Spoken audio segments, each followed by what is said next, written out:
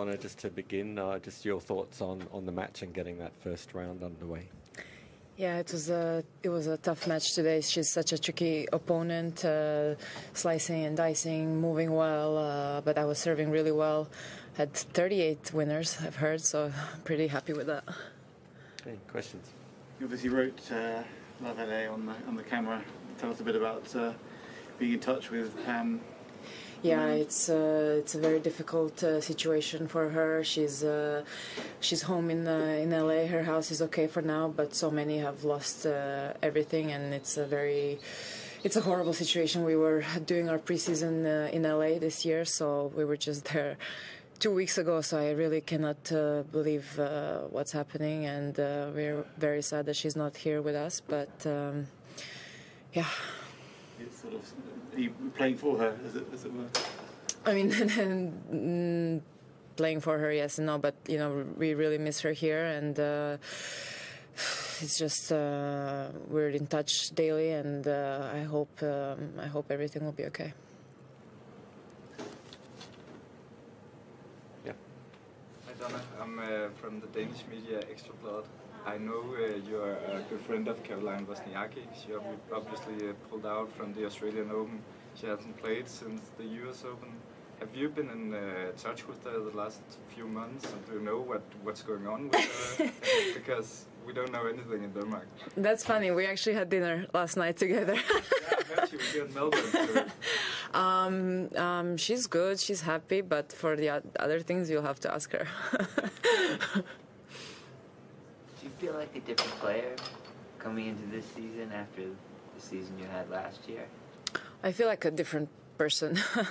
The year was very, very long, very tough. A lot of things happening on court, off the court. So I feel like things happen in 1 year that maybe sometimes happen in 10 years. So I have a very different perspective on tennis this year, and I'm just really enjoying myself out there. I was very happy to be playing on Margaret Court. It's one of my favorite courts, and hopefully I can have a few more matches here.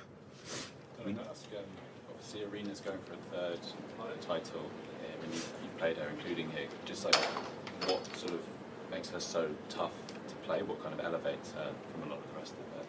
I haven't actually played her since Dubai last year, and we didn't really practice. So she's playing so well. She's really aggressive and going for her shots. So I don't. Like the experience of being on the other side of the net, I guess. Even.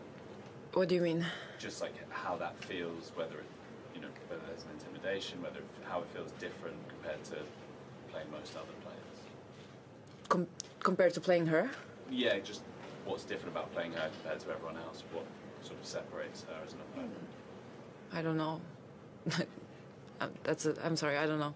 Just is it her power? Is it the kind of spirit, or is it a combination of all of those things? I mean, I guess everything. She has everything. She has big strokes, big serve. When you sat down, just as you were starting, you said something, you mentioned having heard that you had 38 winners. How much do you pay attention to statistics after a match, and is that something that one or both of your coaches will bring up to you? Do you care about that? Do you study those things? I really care about my serve percentage. I always like to see it above 60%, and after the first set today, they were showing the stats on court, and I looked and it was 60%. I was like, okay, was not bad, but this is something that I really care about. And I mean, of course, always better to have more winners, less unforced errors. But I try to take control of the point. I try to be aggressive. So with that comes more mistakes, and that's something that you have to accept. And will you seek out a stat sheet to look at those numbers? Or? No. And so how will you find out if, let's say, you were over 60% at the end of a match? I mean, you just quickly look at the app. It's... Okay. Yeah. When you said that you had a new perspective, can you describe your new perspective a bit more? I mean, I think last year tennis was everything to me. It was the most important thing. I wanted to win a slam. But after winning a medal, I've kind of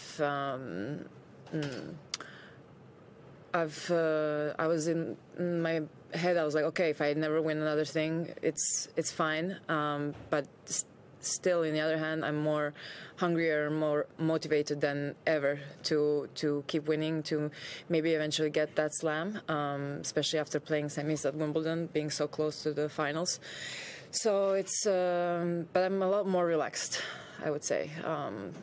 Before, I was quite nervous on court today, but like before matches, the days before, like I think before it would be really unbearable to be with me during slams, but now I'm a lot more relaxed. You mentioned before about a year and 10 years and everything on the court and off the court. We know what happened on the court. Are you able to share anything that happened off the court? That I'd rather not. Okay, that's fine. What's Sasha brought to the team? A lot of intensity, a lot of intensity. Good energy. We had a really good preseason. We worked really hard. So I was a little bit upset that I lost first 3 matches of the season. I was like, no, come on, we worked so hard. I was practicing so well. But for me, it doesn't. Even if I lost today, it wouldn't have changed a lot. I think he's a great coach, has a lot of experience, and hopefully we can have some good results together.